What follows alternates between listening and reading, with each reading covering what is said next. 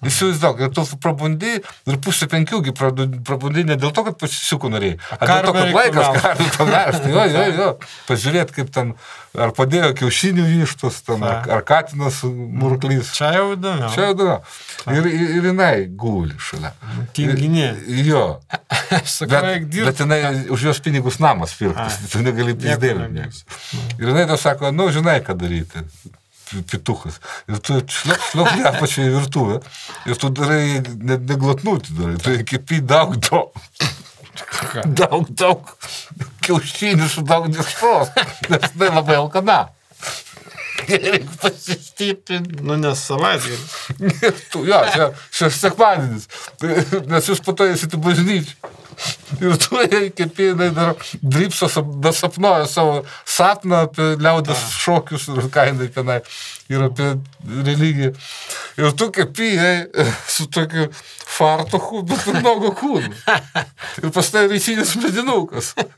Ir tas fartukas užkrenta, kaip užuolaidas būnant dulkių siurblio stovo. Fartukas toksai, žinai, pirktas iš šitų šposų parduotuvės, kur būna susiskom. Gerai. Šposininkų parduotuvė. Žinai, kur būna? Kur kaukės parduoda. Kur ten tokie būna. Bairiukas. Ir tu tas kiaušinius kepi ir švilpauju dainelę.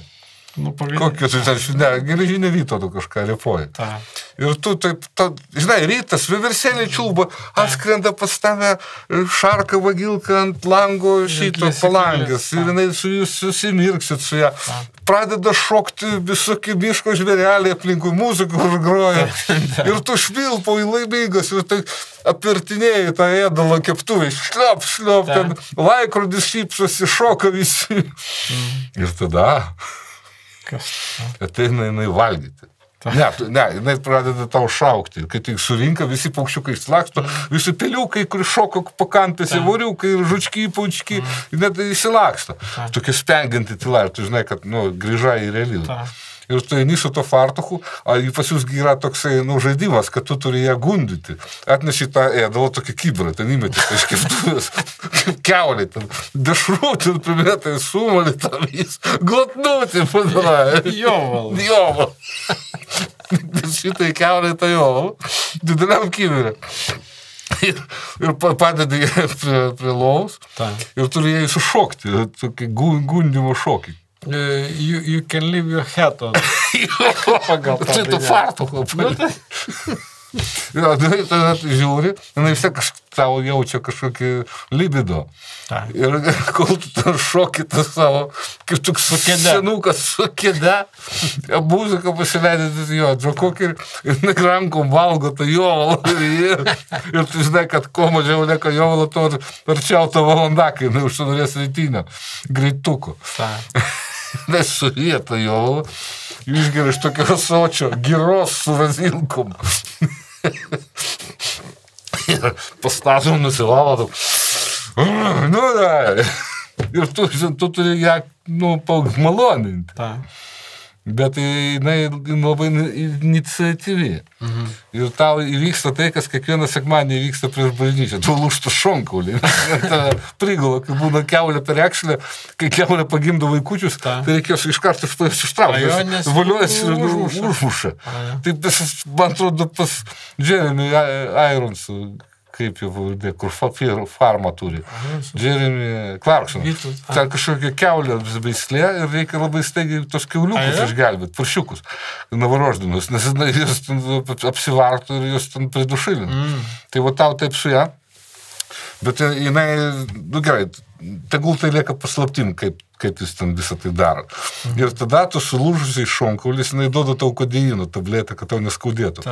Ir jinai tave užveža tą tabletę, tu pradedi biškį haliucinuoti ir labai pasidarai atviras, sakai viską kaip klofilino poveikį. Ir jinai pradeda tave tardyti. Ar čia mano kairė nevaikštų, paskui sakai, norėjau, bet nejau, žiūrėk. Ir jau 12 artėja. Ir jūs tada apsirengėt tokią didelę plašpalatkas, sarafaną tokį. Ir tu toks mažiukas, kaip dviratukas, toks peliukas. Eina šalia į bažnyčią. O nuo jūsų Litnų iki bažnyčios, tai ten 100 metrų.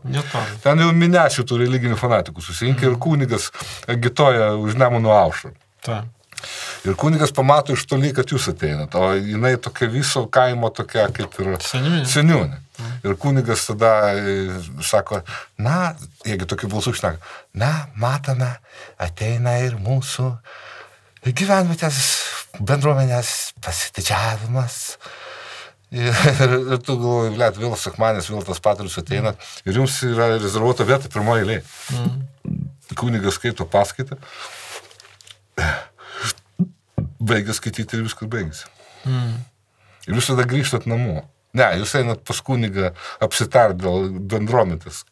Kokie planai, kokie gal. A kunigas, atsiprašau, kad pertraukiau, aš niekada nebuvau. A jie vis laik ten tą patį pasakoja, ar jie ten... Ne, jie turi daug istorijų.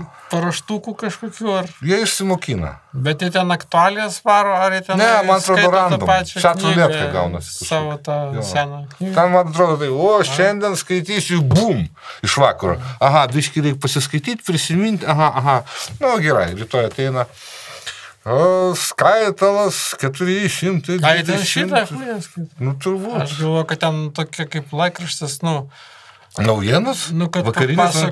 aktualijas. Ne, jie skaito tas, kas jau tie visi prichažanai žino. Tai kokia prasme? Nu, tai kokia prasme? Kiek tu mylimą dainą gali klausyti? Iki gyvenimo vaga. Tai ir tas būna interpretacijos skirtingos. Pavyzdžiui, kunigėlis, kuris yra vienokio temperamento, jis tą patį ištraušką, kaip būna teatro režisieriai, pagal save pastato. Tu gali Čechovą pamatyti ir tokią variaciją, ir tokią variaciją. Aš tai galvoju, kad jie ten pritempinėjo prie dabarties. Tai jie pritempinėjo. Kas sako, vat ir dabar. Jo. Na, pavyzdžiui, skaito kunigas tokią bibliją apie tai, kad Jėzų ten velnias kažką norėjo sugundyti. Obuolį. Ką? Obuolį duot norėjo. Nu, obuolį duot. Jis tarė 15 knyga. Ir aidi viskas. Ir senas sėdi, ten pirmoji, antroji, trečioji. Kukčia viena. Kukčia, kita klėdinės, ligonė, ten ramina. Tūsų Širinskienė pirmoji, tūsų su tuo fartuchu. Bet jau vis tai jako susulūžo reišonkulį, seilė tistinas kodeino, tau davė daug. Širinskienė sėdi, žiūri į kunigą ir su jo bando ten romantinį akių kontaktą. Ir kunigas to pidraso balsu sako, 15 skaitimi, 5 stotis. Aš tokį girdėjau tikrai, net ir rašiau telefoną. Ir jis išskaito, Jėzus pakilęs nuėjo pas mažutėlius, ten velnios.